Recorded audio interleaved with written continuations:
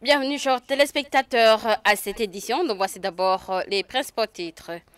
Commémoration ce 21 octobre 2024 du 31e anniversaire de l'assassinat du héros de la démocratie. Son parti d'origine, Sawanya Frodebou, estime que le chemin reste long dans la réalisation du programme politique que prônait le président Melchior Ndadaye. Manque criant d'eau potable dans les quartiers du Nord il y a 4 jours. Mais le directeur général de la Régie des eaux rassure que ce problème va bientôt trouver solution. Voilà le sommaire tout de suite, les détails.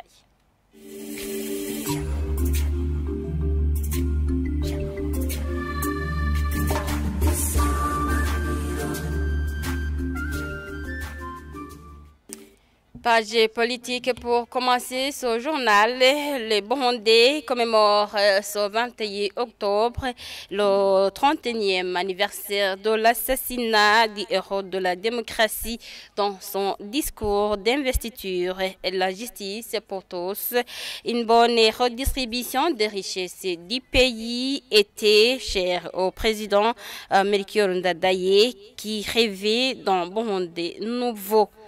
Son parti d'origine Sawanya Frodebou estime que le chemin reste long dans la réalisation du programme politique que prônait le président Melchior Ndadaye. Même s'il reconnaît certains pas déjà franchis, Feniasini Gaba, vice-président de son parti, indique que son parti souhaite l'indemnisation de l'État burundais, de sa famille biologique et politique et invite tout Burundais à sauvegarder son héritage, notamment en ce qui concerne la lutte contre la division, l'exclusion, la justice inéquitable et la corruption suivie. Le Burundi nouveau que Ndadaye voulait n'est pas encore atteint. On disait le Burundi nouveau parce que dans le passé, il y avait eu des crises, il y avait eu des assassinats, il y avait eu des exclusions qui avaient vraiment endeuillé le Burundi et son excellence Ndadaye voulait un Burundi où il y avait une réconciliation, un Burundi prospère, un Burundi où il y a un état de droit, un Burundi où il y a une démocratie, un Burundi où il y a une justice équitable, un Burundi où il y a une liberté d'expression. Aujourd'hui, au niveau du parti Sawanya Frodebou, nous voyons qu'il y a quelques éléments qui montrent que certains points parmi les 46 ont été, je dirais, faits, mais le chemin est encore long parce que nous voyons qu'il faut maintenant du temps pour qu'on puisse installer ici au Burundi, le Burundi qui est caractérisé par les différents éléments dont Ndadaye disait. Nous célébrons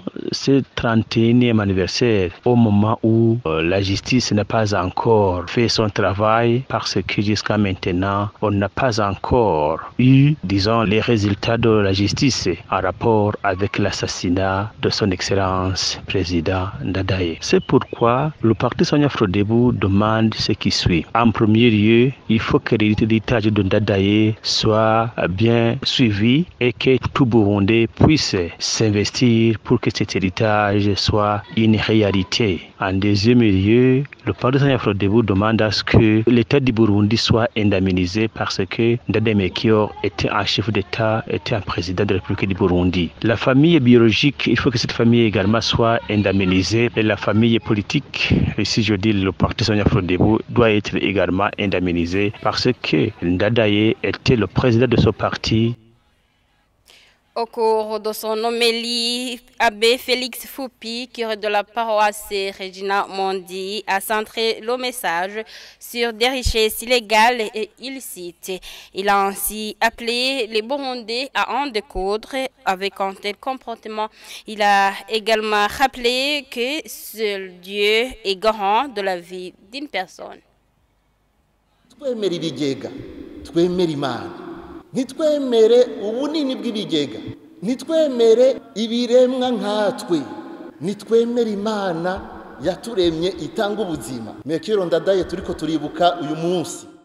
Ne croyons pas en les caisses, croyons en Dieu. Ne croyons pas en la grandeur de ces caisses ou en nos semblables. Croyons en Dieu créateur. qui nous a donné la vie. Aujourd'hui, nous sommes ici en mémoire du président Melchior Ndadaye. C'est parce que nous sommes témoins d'un héritage. La richesse qu'il avait, les dons qu'il avait, nous affirmons qu'il voulait redistribuer aux autres Burundais pour le bien du peuple burundais. Et il est mort pour cela. Nous tous, nous mourrons. Mais il faut laisser un nom. Parce qu'il est en pleine activité. C'est ce qui est important. Ne regardons pas seulement ce qui s'est passé après, mais pensons aussi où nous mettons notre confiance. Parce que c'est lui qui nous donne la vie, c'est celui qui nous pousse à ne pas avoir peur de faire du bien. Mugabo ntitumurabe gusa twibuka ivyabaye mu Burundi, tubirabe twebwe turaba aho dushize umwizero, kuko ujya duha ubuzima ni waturemesha. Ni waturemesha ngo ntidutinye gukora ivyiza. Abatwibuka, abatwita incungu z'u Burundi. En ces héros, ensemble, nous voyons une lumière témoignant ce qu'ils ont vécu. Nous voyons en eux l'esprit d'un sang-froid qui les a poussés à mettre en avant l'intérêt général jusqu'à en payer le prix. N'ayons pas peur d'affronter la vérité, par cette peur de perdre ce qu'on pouvait avoir comme richesse. Prions pour avoir un esprit libre, ouvert. Ne soyons pas à la merci des richesses illicites et illégales. La bonne richesse, bénie par Dieu, est celle dont les autres profitent. Umutima wo kwidegemvya, itunga ntiritubohe, ntitubehe dutunzwe dukoreshwa no kurondera amaronko adatunganye. Itunga ryiza Imana ishaka kandi hezagira ryama ritungisha abandi. Et au nord de la capitale économique Bujumbura, il s'observe un manque criant d'eau potable il y a 4 jours selon les habitants. La Régie des eaux est en train de travailler avec force pour que le problème de manque d'eau dans les quartiers du Nord trouve une solution. Reportage signé Jean-Marie Mayong.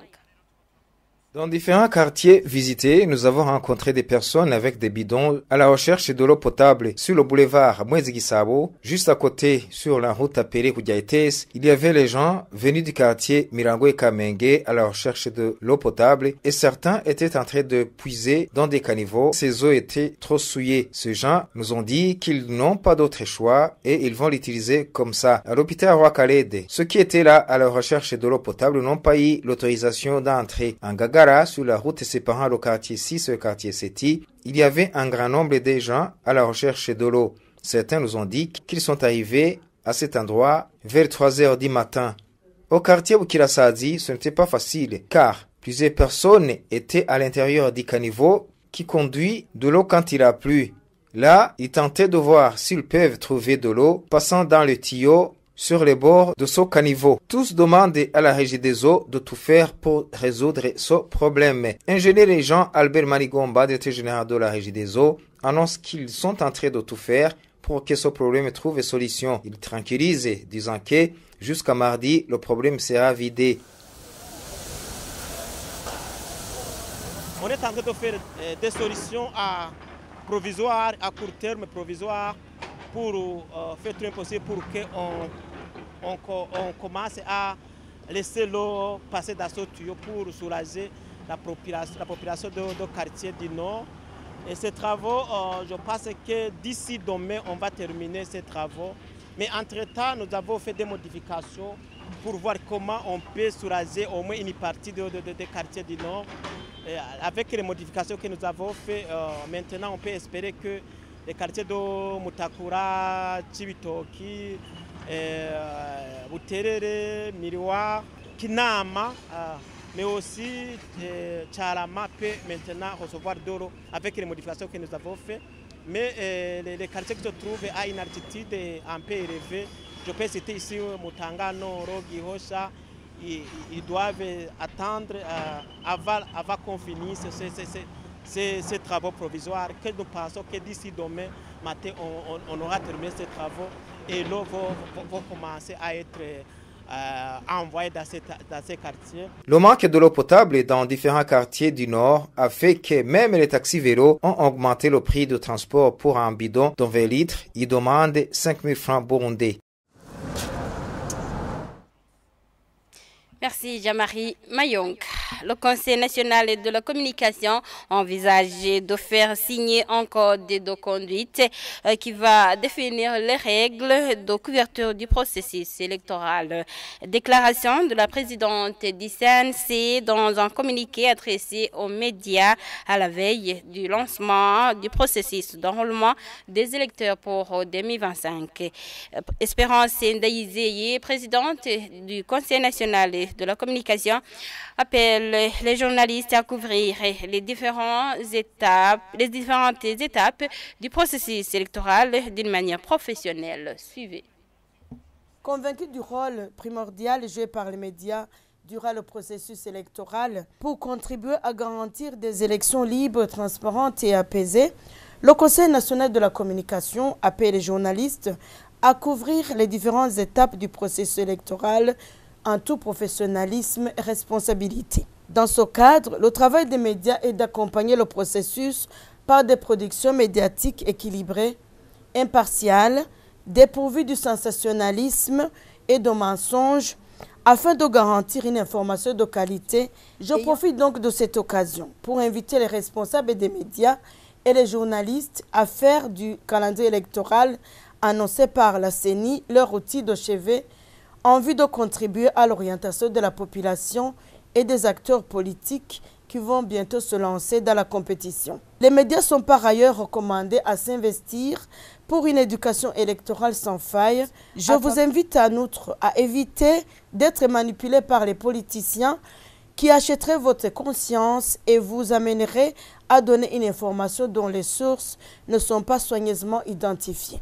Afin de mieux réguler la période électorale, le Conseil national de la communication envisage faire signer par les responsables des médias un code de conduite qui va définir les règles de couverture du processus électoral.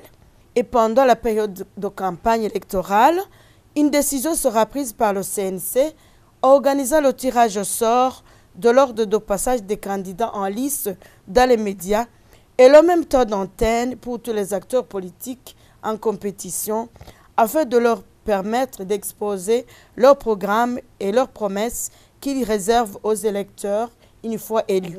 Chers journalistes, les élections étant un passage obligé en démocratie, je vous appelle à ne pas léguer au second rang d'autres sujets d'intérêt public évidents qui doivent garder leur place de choix.